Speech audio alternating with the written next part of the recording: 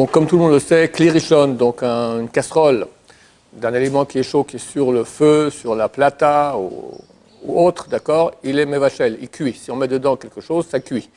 Et non seulement si on met dedans, mais même si on verse depuis cette casserole-là sur quelque chose de cru, alors c'est aussi une cuisson, et une cuisson, c'est interdit de la Torah. Les questions qui se posent chez les poskim à propos d'une louche.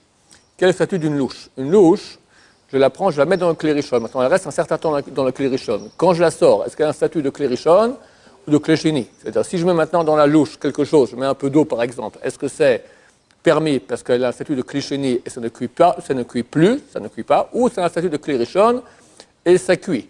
Idem, verser depuis la louche sur un plat dans lequel il y a des choses, un peu d'eau, de la sauce, des choses qui n'ont pas été cuites, est-ce que c'est permis ou interdit? En fait, les poskim me disent comme ça. Si on a laissé la louche longtemps, un certain temps dans la casserole, et que la cuisson de la casserole, elle est dans la louche aussi, il n'y a pas de différence entre la louche et la casserole, que l'aliment qu'il y a dans la louche, il cuit aussi, il est chaud, on voit des bulles, etc. Alors c'est un statut de Kli Rishon.